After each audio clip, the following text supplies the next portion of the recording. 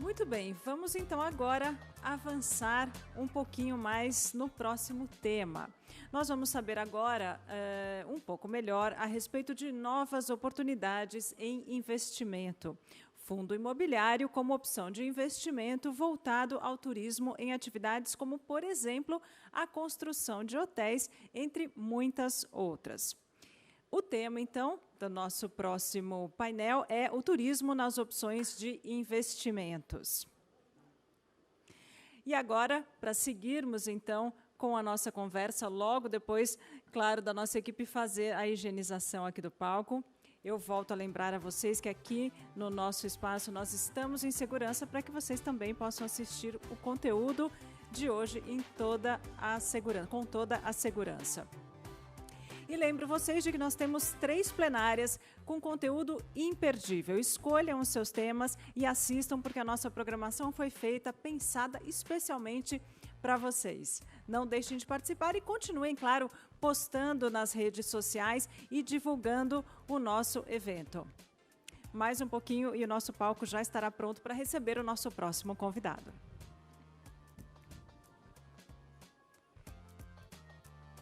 Lembrando, então, que o tema da nossa próxima apresentação vai ser o fundo imobiliário como opção de investimento voltado ao turismo. E aí sim nós vamos entender um pouco melhor sobre todo esse tema com um convidado que já vai se acomodar aqui no nosso palco e fazer a apresentação especialmente para vocês. Esperamos que todos tenham aproveitado a nossa agenda até agora e lembrando que ainda temos muita coisa pela frente. E agora sim, vamos ao nosso convidado. Eu convido então agora para se acomodar ao palco o presidente da ADIT Brasil, a Associação para o Desenvolvimento Imobiliário e Turístico do Brasil, e também vice-presidente do São Paulo Convention and Visitors Bureau, Caio Calfá. Por favor, senhor Caio, pode ficar à vontade.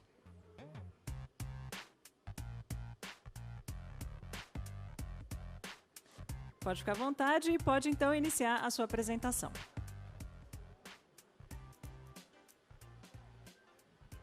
Boa tarde, muito obrigado, Renata. Obrigado ao Convention Bureau, Tony Sando. É uma honra poder estar aqui neste evento de retomada do turismo em São Paulo. Talvez seja o primeiro evento de retomada do turismo no Brasil. Obrigado. Boa tarde aos senhores também que estão nos acompanhando pela internet. Isso, obrigado. Eu tomei a liberdade de fazer uma apresentação que engloba as várias possibilidades de tipos de investimento nos empreendimentos turísticos. Eu começaria por essa matriz de hospitalidade, que, para ilustrar mais fácil para vocês, o que está em vermelho são os empreendimentos primários, o que está em verde são os secundários, o que está em roxo são os empreendimentos terciários. Para vocês entenderem também como é que se ligam os empreendimentos hoteleiros aos empreendimentos imobiliários e a correlação que existe entre esses dois empreendimentos, dois modelos de empreendimento. E cada um deles tem as suas divisões, tem os seus desdobramentos. E cada um deles tem a sua receita de bolo de como financiar, de como construir um empreendimento da forma correta, da forma mais prática. E, assim como a área jurídica no Brasil é um grande problema, como nós ouvimos, a insegurança jurídica no Brasil é um grande problema, como nós ouvimos no painel há pouco. Dizem que aqui no Brasil até o passado é imprevisível, por causa da insegurança jurídica, né? As leis não valem, né? A área financeira não fica muito atrás, não, especialmente quando se trata de empreendimentos de base turística. Nosso trabalho, eu participo de algumas entidades, eu sou vice-presidente do Secov de São Paulo, de assuntos turísticos e imobiliários. Sou também vice-presidente do São Paulo Convention Bureau, do Conselho de Administração, e sou também presidente da ADIT, Associação para o Desenvolvimento Imobiliário Turístico do Brasil. Pelo Secov, nós, já estou há 5 mandatos, nós chegamos a montar um grupo de trabalho chamado Fontes de Recurso para Financiamento de Hotéis. No Brasil não existe isso. Existem casos pontuais, não existem programas bem-sucedidos de financiamento de hotéis, como tem, por exemplo, nos Estados Unidos. Esse grupo de trabalho que nós tivemos, inclusive, com muita honra, o Guilherme Paulos, por exemplo, coordenando esse grupo, depois ele teve que se ausentar, pusemos outra pessoa do mesmo calibre e nunca fomos para frente, exatamente pela falta de entendimento do setor financeiro dos empreendimentos em relação aos empreendimentos turísticos ou imobiliários de base turística. Isso ocorrendo, o que acontece? A incorporação imobiliária acaba sendo o processo mais simples, onde o incorporador planeja, desenvolve e produz o empreendimento. O comercializador, que é a imobiliária, acaba vendendo as unidades e o operador hoteleiro administra o empreendimento. Isso vale em que tipos de empreendimento daquela relação anterior? Isso vale para condo-hotel, vale para apart-hotel, condo-resort, multipropriedade, student housing, senior living, residência de férias, residencial com serviços hoteleiros, e entre várias outras derivações. Como pontos positivos desse tipo de processo, onde o incorporador imobiliário ele corre todo o risco da operação. Se vender, ele ganha; se não vender, ele não ganha. Mas ele é simplesmente um agente que produz o imóvel, produz o empreendimento, vende e cai fora. A rede hoteleira entra na operação e o investidor normalmente é um comprador, seja como investidor, seja como usuário de uma unidade inteira ou fracionada, seja o investidor, seja os moradores. No caso de multipropriedade, residência de férias, são moradores. No caso de condotéis, apart-hotel, senior living, residência, student housing, são investidores que acabam adquirindo. Pontos positivos: agilidade no processo, maior amplitude territorial de desenvolvimento, porque isso pode ser feito em qualquer lugar do Brasil, e produtos desenvolvidos em cidades secundárias e terciárias, aonde dificilmente um financiamento atingiria, ou se houvesse um financiamento, ele seria provavelmente em locais maiores, capitais e cidades primárias. Como pontos negativos: valores de venda exagerados, muitas vezes, aumentando o risco do investidor final de obter seu lucro, de obter a sua renda.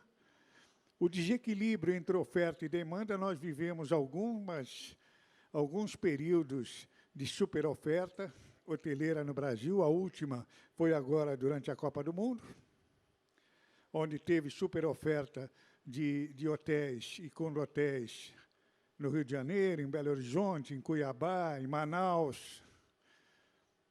Não teve em São Paulo, mas teve nesses outros lugares. Em São Paulo teve, por sua vez, naquele período anterior, de 2002, 2003, a época que nós tivemos 30 mil quartos de hotel colocados de uma vez no mercado. E um outro ponto negativo é a estrutura urbana de alguns destinos ainda são insuficientes para receber aquela demanda toda. Agora, falando, por exemplo, de incorporação de multipropriedade, numa cidade, por exemplo, como Olímpia, Olímpia é um destino turístico que não existia como destino turístico, tinha só um parque aquático, de repente recebeu uma enxurrada de empreendimentos de multipropriedade. Hoje tem mais de 5.000 apartamentos lá em Olímpia, de multipropriedades, poucas pousadas e grande parte são multipropriedades. E a cidade não tem infraestrutura suficiente para esse volume de gente ocupar a cidade. Isso acontece. E pode acontecer coisa pior. Pode acontecer, você pode acabar. A multipropriedade ela tem a capacidade de criar destino. Tem sim, Olímpia é um exemplo disso. Mas tem a capacidade de destruir destino também, se esse desequilíbrio for observado. Oferta, demanda e estrutura urbana, tudo isso tem que andar junto. O segundo modelo de financiamento, de funding, são os financiamentos bancários que nós temos aqui no país. Existem financiamentos para hotel, a parte hotel, residência de férias, residencial com serviços, entre outros. Quem financia? Os bancos de desenvolvimento, como o BNDES, o Banco do Nordeste, o Banco da Amazônia, Desenvolve São Paulo, etc. Outros tipos de desenvolvimento, de financiamento, são as linhas especiais de bancos públicos, como o FCDO, na verdade, não, FDCO do Banco do Brasil, ali no Centro-Oeste, que é talvez o melhor financiamento para hotéis que nós temos no Brasil, em termos de taxas de juros, prazos, garantias e tudo mais. E outras possibilidades são as linhas de crédito através do sistema financeiro da habitação ou do sistema financeiro imobiliário, SFH e SFI, que são os grandes bancos públicos e privados, Bradesco, Itaú, Santander, Caixa Econômica, Banco do Brasil. Pontos positivos. Alguns agentes oferecem até condições de financiamento razoáveis. Pontos positivos ainda, amplitude territorial de desenvolvimento, isso vale para o Brasil inteiro e também para as cidades secundárias e terciárias. Muitos pontos negativos.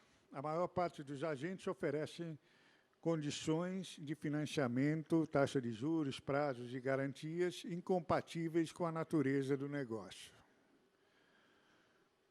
Existe um excesso de burocracia na análise do processo e uma demora exagerada na liberação dos recursos, mesmo depois de aprovado o financiamento.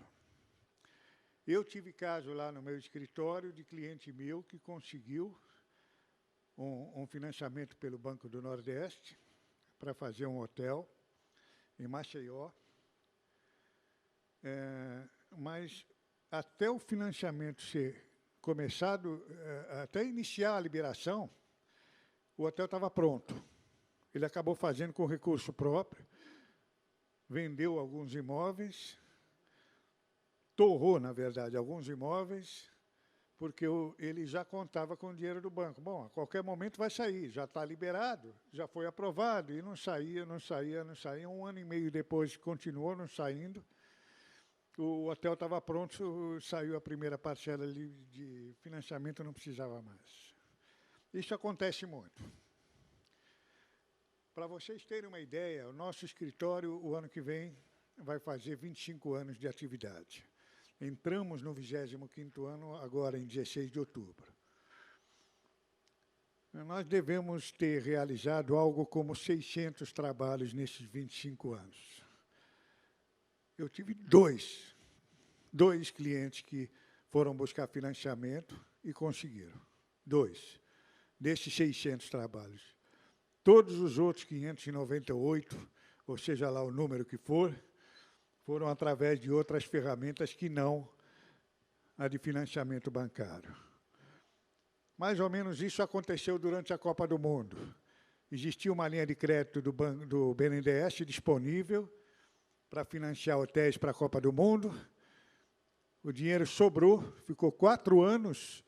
O programa durou 4 anos, inclusive 1 ano depois da Copa. O dinheiro sobrou.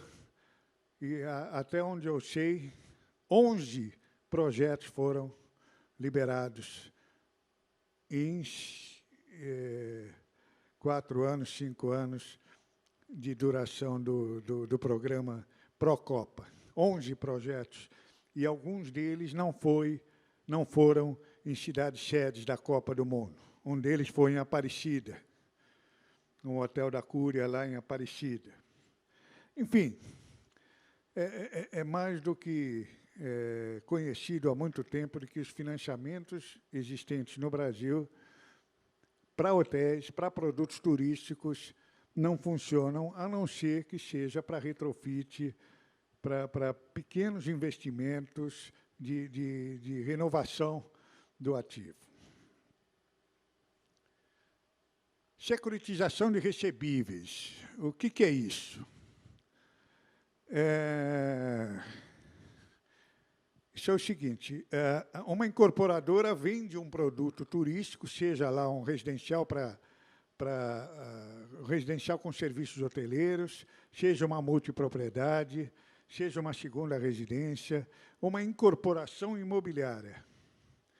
Pode ser até um condotel, seja para morador, seja para investidor. Pode ser um condotel. A empresa de securitização analisa o risco daquela operação,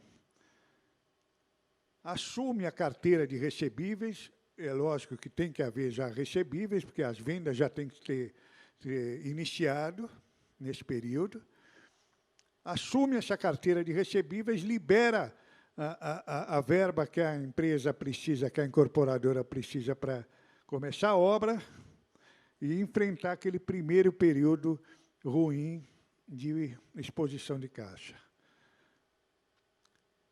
O custo disso é muito caro, mas a oportunidade disso é muito boa. Então, em que produtos a securitização funciona? Em condotéis, em apart-hotéis, condo-resort, multipropriedades, residenciais para estudantes, residenciais para idosos, residência de férias, residencial com serviços hoteleiros. A aplicação disso é feita em incorporações imobiliárias, especialmente em operações de maior risco, em que os agentes financeiros preferem não atuar. Por exemplo, multipropriedades. Os agentes financeiros convencionais, Itaú, Bradesco, etc., eles não atuam no segmento de multipropriedade ainda, porque ainda é desconhecido. É um ponto de interrogação. Eles não conhecem o risco desse negócio ainda. E a securitizadora ocupa esse espaço.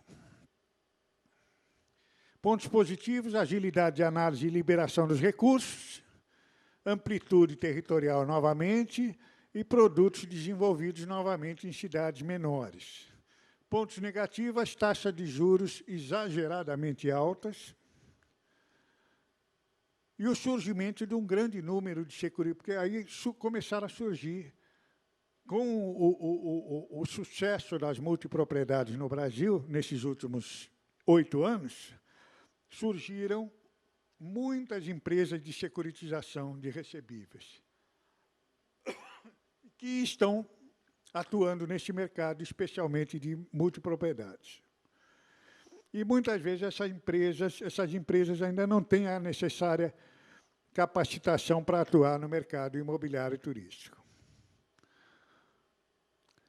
E aí chegamos no tema principal da nossa palestra, que são os fundos imobiliários,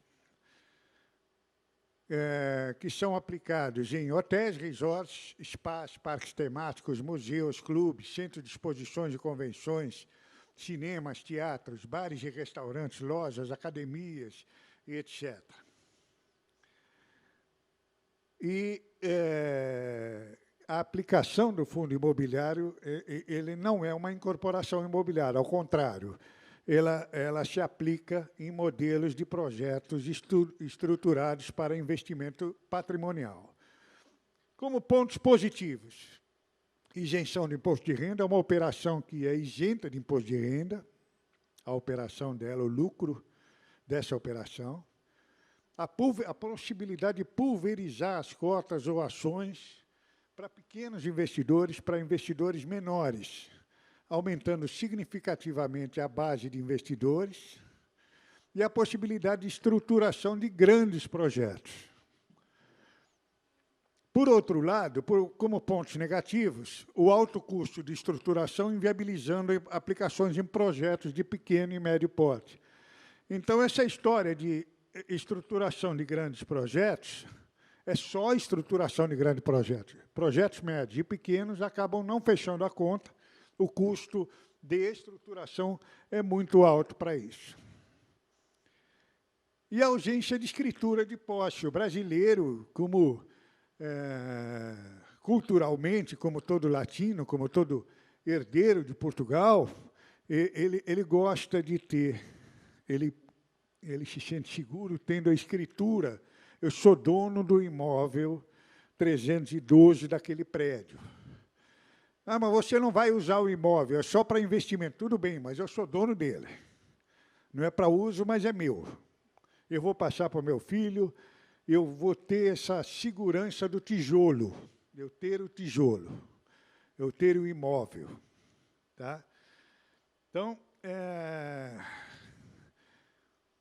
e como é que funciona um fundo imobiliário? O fundo imobiliário, ele é montado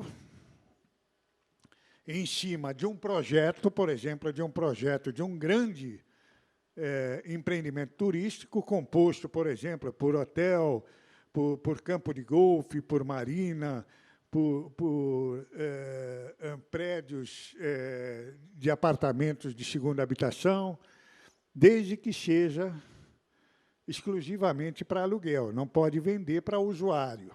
Essa não pode vender nesse primeiro momento, tá? Na montagem do fundo. Esse complexo, ele é montado em cotas. Se captam os investidores, se divide o empreendimento em cotas, se monta o fundo imobiliário. E esse fundo imobiliário começa a liberar recursos, se constrói o empreendimento.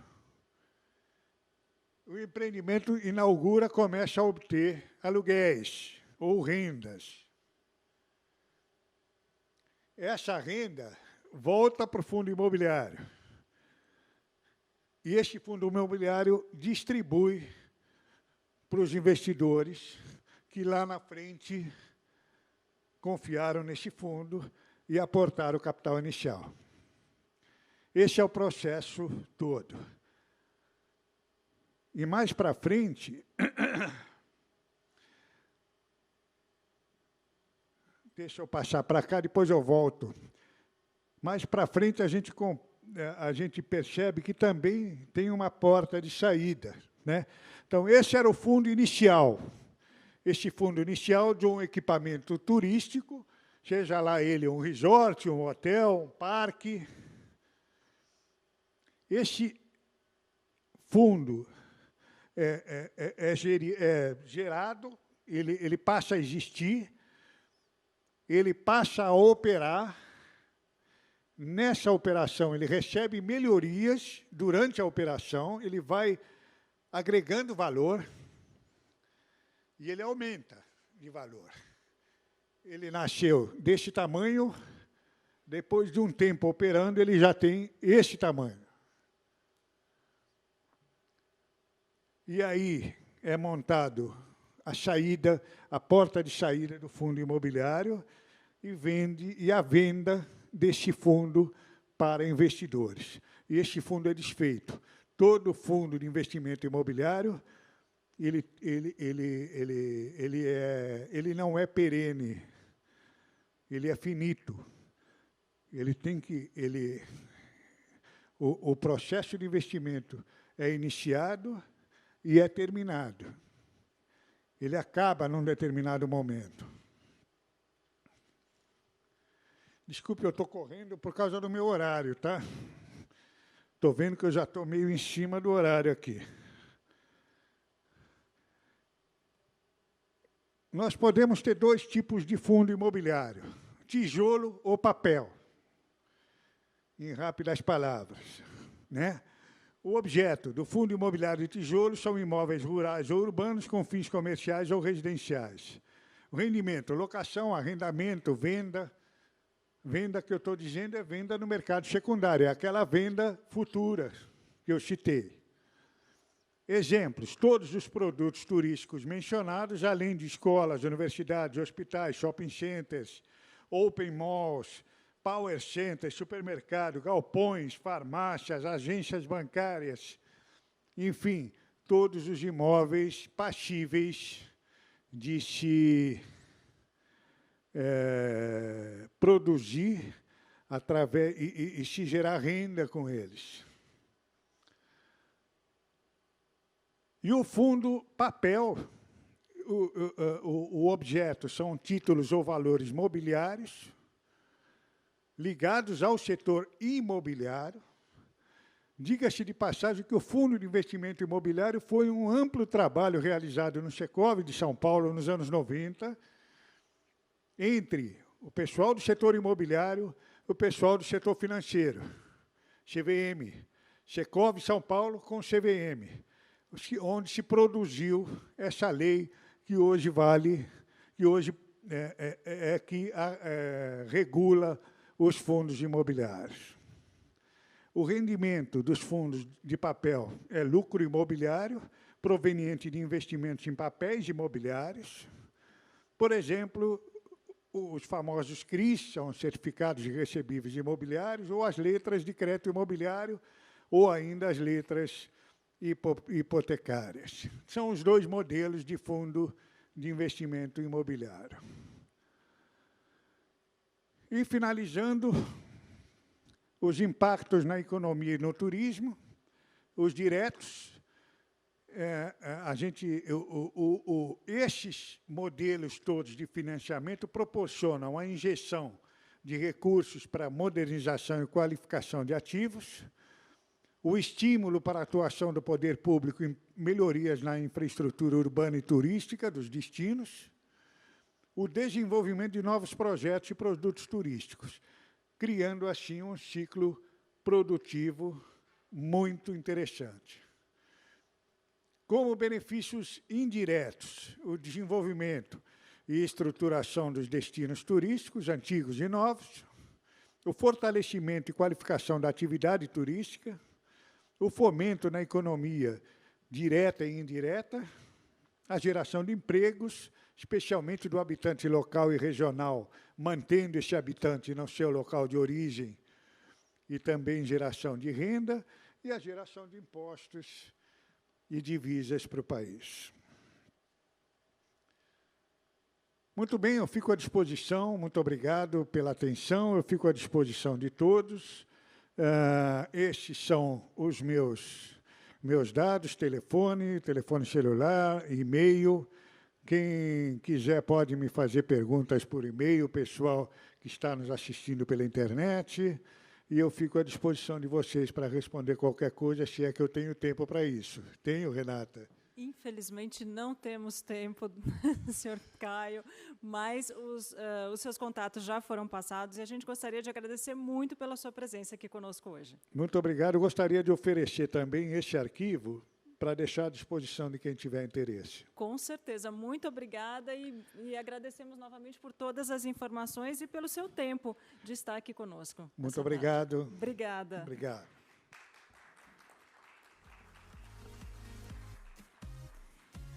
Bom, pessoal, ainda sobre esse mesmo tema, o turismo nas opções de investimentos, nós vamos ouvir agora alguns comentários do diretor do Complexo WTC São Paulo, o senhor João Nagy.